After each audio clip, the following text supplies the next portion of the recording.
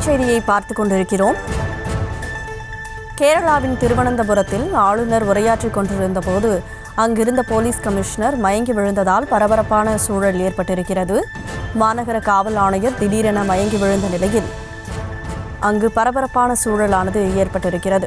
ஆளுநர் உரையாற்றிக் கொண்டிருந்த போது திடீரென மயங்கி விழுந்த போலீஸ் கமிஷனர் தாம்சன் ஜோஸ் அவரை அங்கிருந்தவர்கள் தாங்கி பிடித்தார்கள். அந்த காட்சிகளை பார்த்துக் கொண்டிருக்கிறோம். கூடுதல் விவரங்களோடு செய்தியாளர் சதாம் இணைப்பில் இருக்கிறார்.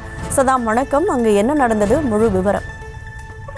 அதாவது திருவனந்தபுரம் மாவட்டத்தில் இன்று நடைபெற்ற குடியரசு தின விழா நிகழ்ச்சியில் ஆளுநர் பேசிக் கொண்டிருந்த போது பாதுகாப்பு பணியில் ஈடுபட்டிருந்த திருவனந்தபுரம் மாநகர காவல் ஆணையர் திடீரென மயங்கி வந்த சம்பவத்தால் பெரும் பரபரப்பு நிலவியது.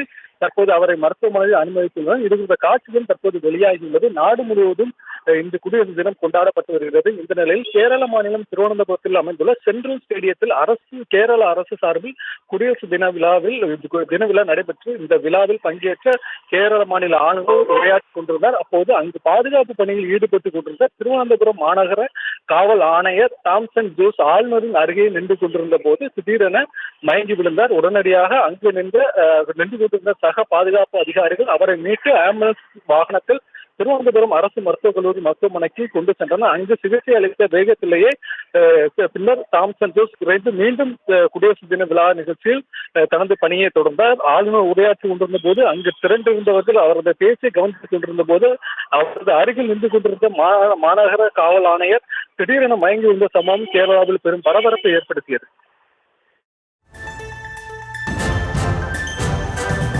விவரங்களுக்கு நன்றி சதாம்.